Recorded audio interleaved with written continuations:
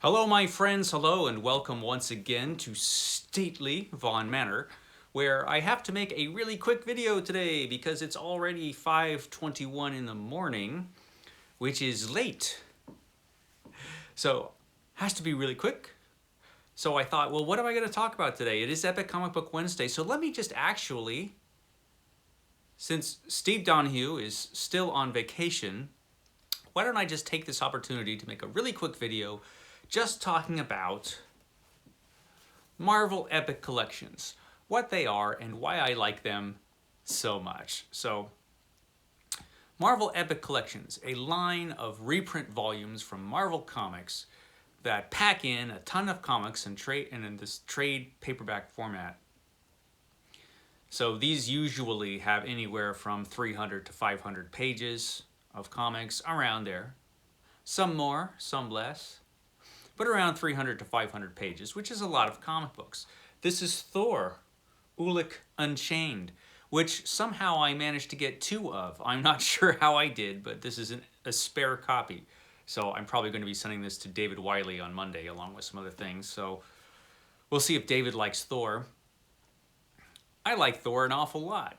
I like all of these classic Marvel characters. I grew up with Marvel Comics, so I love the classic Marvel Comics from the Silver and the Bronze Age and up through into the 80s and even early 90s. I love all of that classic Marvel stuff, and they are republishing all of that stuff, well, most of it anyway, in these Epic collections. So these first showed up, I think, around 2011, somewhere around there. Previously, they published the Marvel Masterworks volumes, which are nice. They're still publishing them. They're very nice hardcover editions of, say, 10 issues of Marvel Comics. And they're expensive because they're really nice hardcovers. And then they also did these cheapy ones. These are this is the Essentials line, and I used to have a ton of these before I started collecting the Epics, because this was the cheapo way to go. These were reprints of Marvel's classic comics, but in black and white, on cheap newsprint, so that the paper can darken up like in a day, because they're really cheap. But they're fun, and it's actually kind of cool to get the artwork presented like that. But I don't have many of these left. I do have this one because inexplicably Marvel has not done an Epic collection for Marvel Team Up yet. I have no idea why. I'm sure there's a reason, but they haven't. So I'm holding on to my Essential Marvel Team Up until they do come out with an Epic collection version of that. But they have a lot of other Epic collections. One interesting thing they did when they started publishing these is this, for example, is volume 7, which they usually on the back, well, always on the back, they'll have the number and the date. So this is Thor comic books from 1973 to 1975. They don't have a number on the spine, which is smart. And the reason for that is when they decided to publish these, they figured that if they mapped out at the very start what issues would go in which volumes. And then they published them out of order. So the first Thor Epic collection that was published was not volume 1. I forget which volume it was, but it wasn't volume 1. And the reason they did that is so that as these came out, you would have stories from different eras, so that you wouldn't be stuck just reading stories from the 1960s forever, which would happen if they published these in order. You would have years where it was just 1960s stories. And maybe you're more interested in Thor from the 1970s or the 1980s. And a lot of those stories perhaps have not been reprinted a million times. So what Marvel did is they published them out of order. Over the years, since 2011 or 12 or whenever they first started showing up, those gaps have been filling in. So there are still quite a few epics to publish, but we have a lot of them, and we have a lot of unbroken runs of comic books. It's just a really interesting way that they decided to do that. And they made it welcoming for you. A lot of times if you're shopping and for comics and you don't know much about the comic and you look at the spine and it says number 3 or something, you'd be hesitant to pick it up maybe because, geez, I don't have number 1 or 2. And that's one of the reasons that a lot of series of comics, as they go on, sell less and less. Marvel avoided that with the way that they package these. They're a very welcoming format. You could feel comfortable just picking up any old epic and reading 20 or so comic books from that run. It's just a really good idea that they had. DC Comics, who actually has a terrible reprint program compared to Marvel's, should take note of this. They should, because this line has been incredibly popular. There's also, of course, the gigantic omnibus editions, which I think are probably my favorite kinds of editions, but they are very, very pricey and enormous.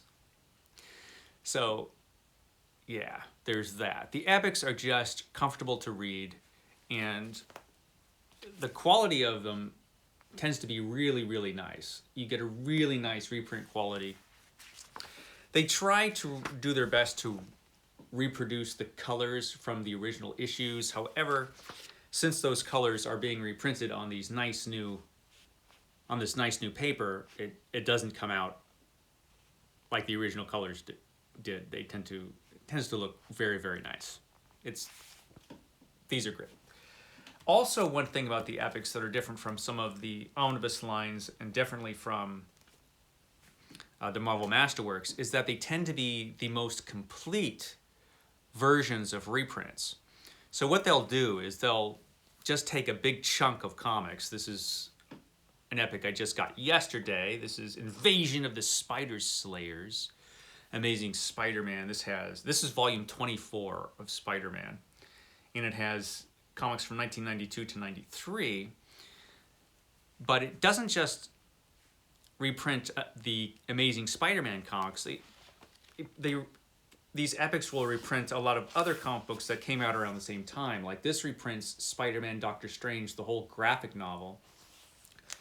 Marvel printed a lot of graphic novels and about these characters. And so whenever those graphic novels came out, they'd fit into the epic collections along with the original issues.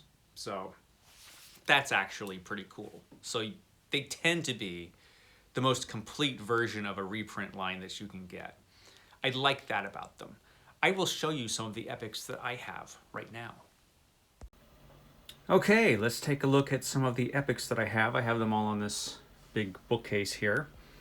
I don't have the first few, I think the first 3 maybe. What is this one? What epic are you? You're number 4. So I don't have the first 3 Fantastic Four epic collections, even though Fantastic Four is my favorite comic book, because I have them in omnibus form. I have the first 2 Fantastic Four omnibuses, so I have all those stories in those. I have every other epic collection that the Fantastic Four that Marvel has released, though. Then I've got Spider-Man. Here's Spider-Man here.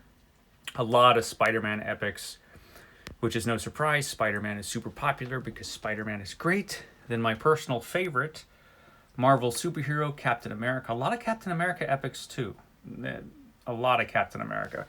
So, moving down here, we've got Black Panther. There are 3 Black Panther epics so far. Then I've got Iron Man. A lot of Iron Man, actually. Hulk. Incredible Hulk there. Then Thor. A lot of Thor epics are available right now. And then we've got the Avengers over there. Moving down, more Avengers and West Coast Avengers. I don't have all the West Coast Avengers. I'm going to have to pick up more of those. Daredevil, again, I'm missing the first 2 Daredevil epic collections because I have the first Daredevil omnibus, which has all of those stories in them, and I didn't feel like I needed to get them twice. Then Doctor Strange, same thing with Doctor Strange. I have the first 2 Doctor Strange omnibus volumes. I don't think they've come out with an Epic Collection Volume 2 of Doctor Strange, which is dumb because there's some great stories in there. And I have them in the Doctor Strange Omnibus number 2. And this Doctor Strange actually came damaged, and I never got a replacement. It looks like got cut right there, which is terrible. And then I've got Moon Knight and some random ones. There's Punisher, Luke Cage. There's only been one of those so far. I only have one Power Man and Iron Fist omnibus. You'll notice a lack of Wolverine. I think I only have one Wolverine, so that's a lot of Wolverine I need to get. And then I have X-Men over there. And what down here? What do I have down here? Then I've got Excalibur and the Defenders. Don't have too much of the Defenders. Master of Kung Fu. Conan Chronicles, which is the Dark Horse Conan. I have all of the original Marvel Years Conan in their Conan omnibuses. I have a ton of those. I actually have all of those. And then I only have a few from Star Wars, so only a few Star Wars. And I also have all of these homeless epics that I need to fit on the shelf. So I'm going to have to move all of this DC stuff someplace else to fit all of these other epics, like a big stack of newer epics that I've had hanging out, needing to be put on this shelf. So that'll be fun. I'll probably do that this weekend. Wasn't that thrilling? You know, exciting stuff here at Stately Vaughn Manor. So one thing about these epics, and one of the reasons I get them like as soon as they come out for the most part, is that they are very collectible. Epics have sold tremendously well, and they're very collectible in themselves now. So they go out of print really, really quickly. Fortunately, Marvel does reprint these. Not as quickly as I would like, but they do. But yeah, some older epics can be just ridiculously expensive. But, like I said, just keep an eye out for a lot of those really popular epics to be reprinted. Usually they are. You can also get them all digitally, of course, although it's not the same as having these fancy paper versions. But you can get all the epics digitally, and then you don't have to worry about not getting them. I think they're all available. I could be wrong on that, but I think most, if not all, the epics are available digitally. Don't quote me. But yeah, it's a great line of comics. If you're into classic Marvel comics, as I am, they're a great way to go. And I'll shut up now because I have to get ready to go to work. Yay! Bye, guys.